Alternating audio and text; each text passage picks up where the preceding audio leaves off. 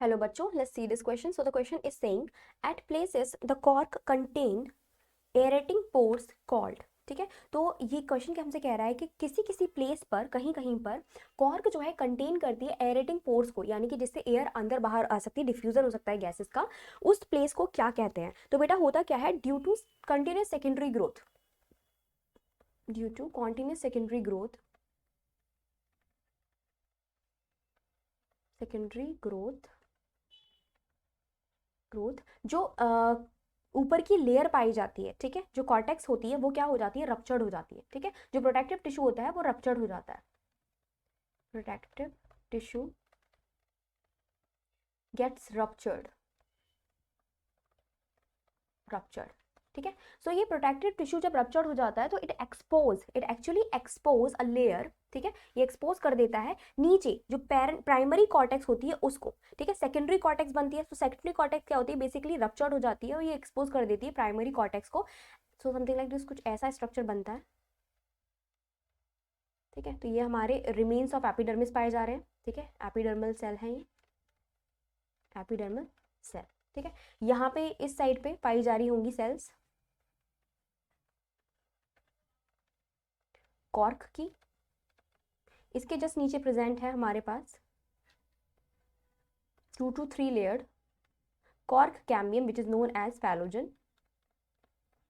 Phellogen. और इसके नीचे पाई जाती है हमारी सेकेंडरी कॉर्टेक्स। ठीक है, क्या पाई जाती है, हमारी सेकेंडरी कॉर्टेक्स पाई जाती है।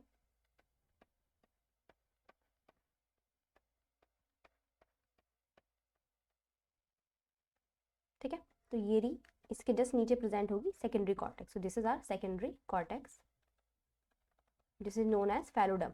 और ये यहाँ पे ये जो मैंने बीच में जो सेल बनाई है, ये सेल्स जो होती हैं ये होती हैं प्राइमरी कॉर्टेक्स की।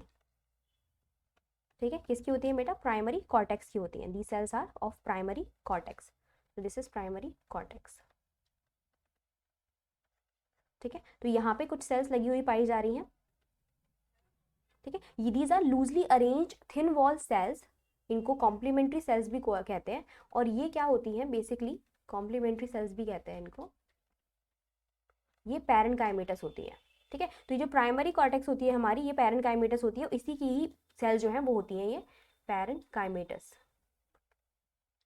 काइमेटस। यानी कि पैरेंट काइमेटस है तो ये कॉम्प्लीमेंट्री सेल कैसी होंगी, लिविंग सेल्स होंगी। और लिविंग सेल्स होने की वजह से ही क्या हो जाता है, डिफ्यूजन हो जाता है, क्योंकि हमारी फैलोजन भी क्या होती है, लिविंग सेल होती है। तो यहाँ से ये ऊपर जो इतना स्ट्रक्चर बन रहा है खुला हुआ, एपिडर्मल रप्चर, एपिडर्मल यानी कि हमारा प्रोटेक्टिव टिश्यू जो था वो रप्चर हो गया। ठीक है, रप्चर हो गया और इसने एक्सपोज कर दिया दिस कॉम्प्लीमेंट्री पैरेनकाइमेटस सेल जो लिविंग सेल्स होती हैं। इसके नीचे फैलोजन पाया जा रहा है, this phellogen is also living cell. और इसके नीचे हमारा क्या प्रेजेंट है, प्राइमरी कॉर्टेक्स प्रेजेंट है। तो यहाँ से क्या हो सकता है, डिफ्यूजन हो सकता है गैसेस का। ठीक है, डिफ्यूजन हो सकता है गैसेस का, तो ये एरेटिंग पोर्स कहलाते हैं। और इन एरेटिंग पोर्स को हम लोग बोलते हैं लेंटिकल्स, लेंटिकल्स, क्योंकि इनके नीचे लिविंग सेल्स पाई जाती हैं, डेड सेल्स नहीं होती, तो आराम से डिफ्यूजन हो जाता है गैसेस का। ठीक है, so these are called lenticels. So the right answer is at place is the cork contain aerating pores called. ठीक है, कॉर्क जो है कंटेन करी हुई होती है इन एरेटिंग पोर्स को, and these are known as lenticels. Stomata नहीं होगा बेटा, स्टोमेटा जो है लीफ पे पाया जाता है और ये भी डिफ्यूजन एंड ट्रांसपिरेशन के काम में आता है, but it is present on leaf और गार्ड सेल का बना हुआ होता है ये। हाइड्रोथोड नहीं होंगे बेटा, हाइड्रोथोड जो है ये भी लीफ पे ही पाए जाते हैं, ये बेसिकली गटेशन का काम करवाते हैं, गटेशन करवाने वाली सेल्स है ये। न्यूमेटोफोर नहीं होगा, न्यूमेटोफोर्स आर रेस्पिरेटरी रूट जो मैनग्रूव प्लांट में पाए जाते हैं like rhizophora, but the right answer is B lenticels. I hope आपको समझ में आया होगा। Best of luck.